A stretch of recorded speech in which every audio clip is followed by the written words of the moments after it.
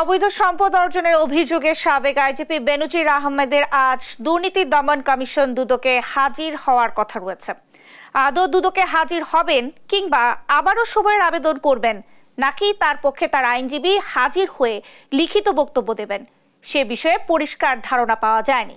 এদিকে তার স্ত্রী ও দুই কন্যাকে 24 জুন জিজ্ঞাসাবাদ করার কথা রয়েছে। যদিও প্রথম দফায় তলবে তারা হাজির না হয়ে আইনজীবীর মাধ্যমে সময়ের আবেদন করে। অনুসন্ধানের অংশ হিসেবে বেনজির আহমেদকে 6 জুন ও স্ত্রী জিশান মির্জা ও 2 মেয়েকে 9 জুন প্রথম দফায় জিজ্ঞাসাবাদের জন্য তলব করা হয়।